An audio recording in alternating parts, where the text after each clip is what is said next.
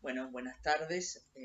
Vamos a hacer una primera prueba de clase grabada, a ver cómo sale. Esto es nuevo para mí, así que seguramente tenga muchos errores, muchos baches.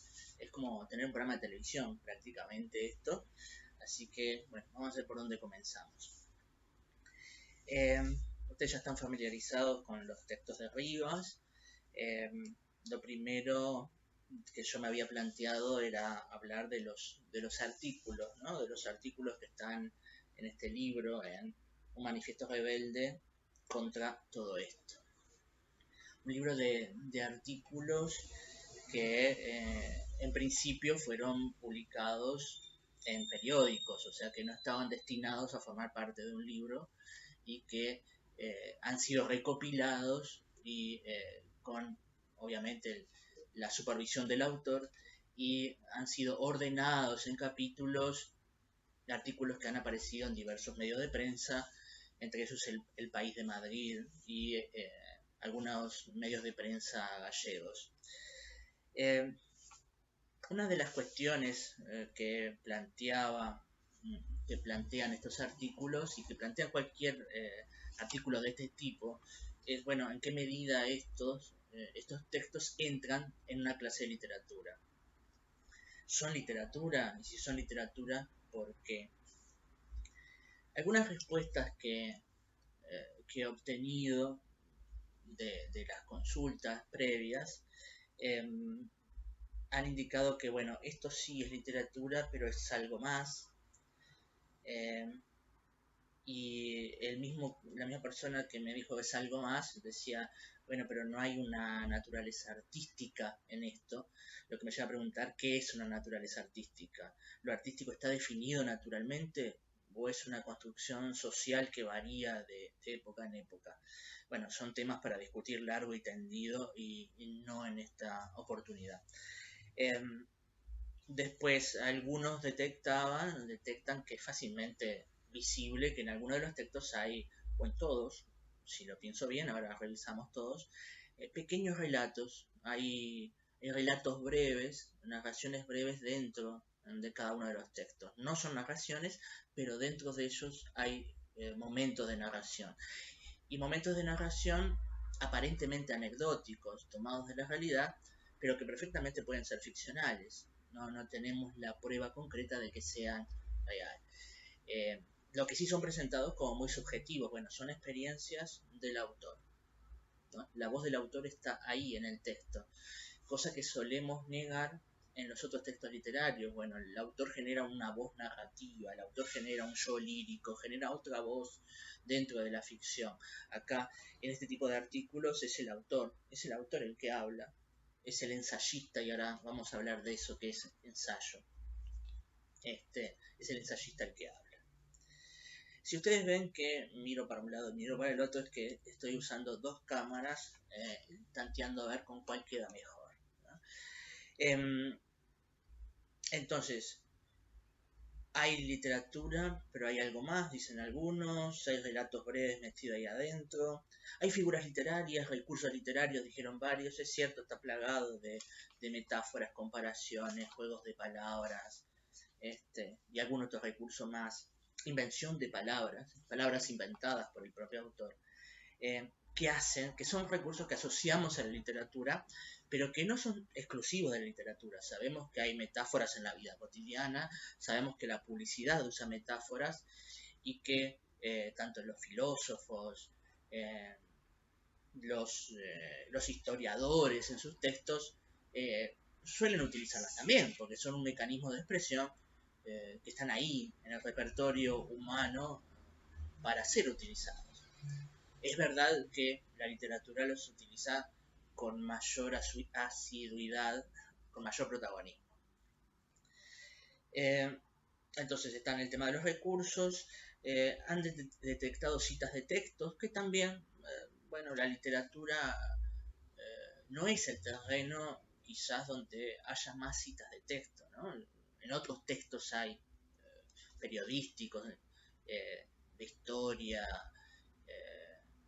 en estudios más científicos hay citas de texto, pero la literatura muchas veces cita sin poner las comillas, haciendo dialogar el texto en construcción con otros textos, es decir, mostrando la influencia que ese texto ha tenido. Bueno, tal autor escribe un cuento y en su estilo, en sus personajes, en lo que la estructura, bueno, ha recibido la influencia de otros autores y de la historia de la literatura. Y en ese sentido no hay una cita explícita, pero hay una referencia a otros escritores. Alguien dijo que esto pareciera capítulos de otra cosa, o que fueran punto de partida para otros textos. Son textos que valen en sí mismos, que tienen un fin, ya les digo, fueron publicados en periódicos, por lo tanto tenían un principio y un fin determinado. Pero es verdad también que dan la sensación de que podrían ser material para algo más, y otros autores lo han hecho. Cabe recordar, los que ya vienen de otros años y me conocen, que hemos destacado, pero sabrán, la mayoría sabrá, que muchos escritores de literatura han sido periodistas también. Y que han retroalimentado sus dos tareas. La tarea del escritor ha sido enriquecida por la tarea del periodista y la tarea del periodista ha sido alimentada por el rol de escritor. Entonces hay un ida y vuelta muy interesante que ahora podemos charlar un poquito más sobre qué cosas influyen uno sobre otro, ¿no? Entonces, para empezar, estos textos, estos artículos periodísticos, estas notas de periódico, son lo que podríamos llamar ensayos.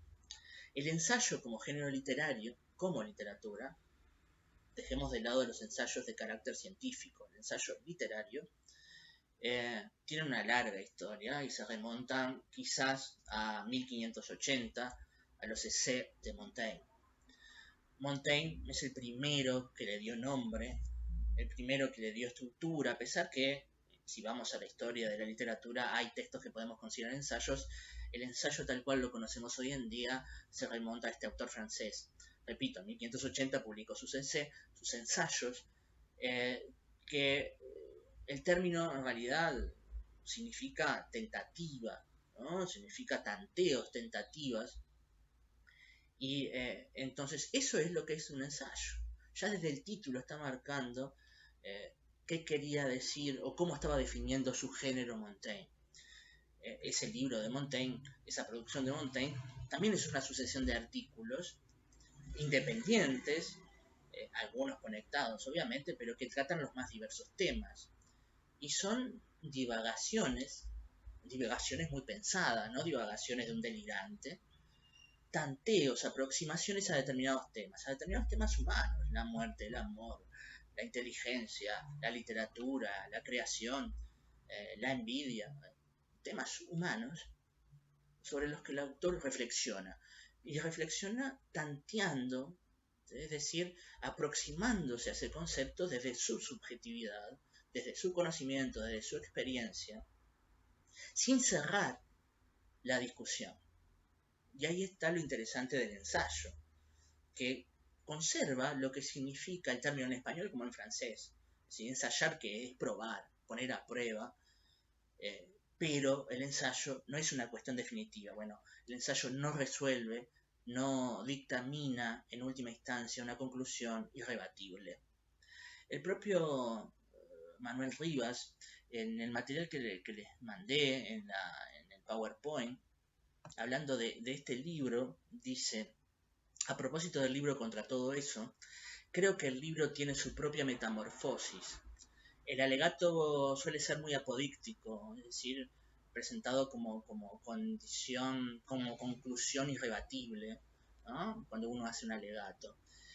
Pero este libro no es eso, se vale de las afirmaciones, el alegato, ¿no? El punto de partida en este caso es diferente, en este libro, en un manual, en este manifiesto rebelde contra todo eso.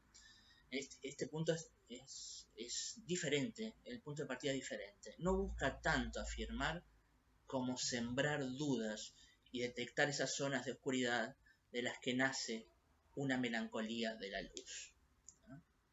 Entonces, no hay una intención de presentar estos textos, a pesar de que a algunos quizás les sonó así, como conclusiones definitivas. No, son eso, pruebas, tanteos, ensayos de una opinión subjetiva personal sobre algún tema. Rebatibles, opinables, pero que tienen la intención de provocar la reflexión. Y ese es uno de los intereses del ensayo. Bueno, hay una subjetividad tanteando, promoviendo una discusión sobre un determinado tema que expone, obviamente, su sentir, su pensar y lo que podría ser una especie de conclusión personal. Pero es eso, personal, subjetiva, y de ninguna manera intenta imponerse. Sí seducir, ojo, no es que el ensayo tampoco tenga la intención de decir, bueno, esta es mi opinión y hasta acá me quedo. No, obviamente, si se publica, si se difunde y si se hace ese artículo con determinados recursos, es porque en el fondo hay un interés de transmitirle al otro mi pensar, pero que también lo seduzca ese pensar. A ver, ¿podés pensar esto de la misma manera que yo o no? ¿Ah? ¿Sentís esto mismo con respecto a este tema? Él habla de una melancolía de la luz, y es un poco el tono del libro. Bueno, la luz como conocimiento, pero un conocimiento melancólico. ¿No? Hay una tristeza al ver la realidad, al conocerla, y que me parece bastante acertada, ¿no? Bueno, si uno eh, observa la realidad no es y tiene la piel sensible, bueno, hay cosas que duelen, que entristecen. Bueno, uno llega a ese conocimiento, pero es un conocimiento melancólico el que proporciona el ensayo. Siguiendo entonces con el tema del ensayo, podríamos decir que tiene varias características, los ensayos en general y estos artículos en particular. Los temas son libres, hay una libertad en cuanto a la elección del tema, obviamente uno puede ensayar sobre cualquier cosa. Como hay un afán de transmitir mi propia subjetividad y de que esa subjetividad sea seductora para los demás, no como imposición, repito, sino como búsqueda didáctica de transmitir un pensamiento, el estilo es sencillo, más allá de los recursos y las palabras expresadas, hay un estilo sencillo, creativo, que tiene una conciencia artística. Es decir, el lenguaje del ensayo llama la atención. Y ahí lo podemos separar de otro tipo de artículos periodísticos que seguramente compartieron las páginas con estos artículos de Rivas. Es decir, un artículo sobre una noticia, sobre una resolución ministerial de, pongamos, el Ministerio de Economía, no tiene tiempo para andar jugando con el lenguaje y ser creativo metafóricamente en la difusión de esa noticia, porque el interés es otro, el objetivo es otro, es simplemente informar, ser referencial. Bueno, aumentaron la tasa de interés en tanto por ciento, punto. ¿Ah? Más allá después que haya periodistas de opinión que tomen ese dato y hagan otra cosa, ¿no? Opinen sobre ese dato, pero es mucho más referencial el texto, mucho más ilustrativo, va directamente al grano, directo. En este caso están impregnados estos textos de ensayos de una subjetividad y por lo tanto de una búsqueda de expresión particular, propia, de un estilo propio. Que eso alguien más lo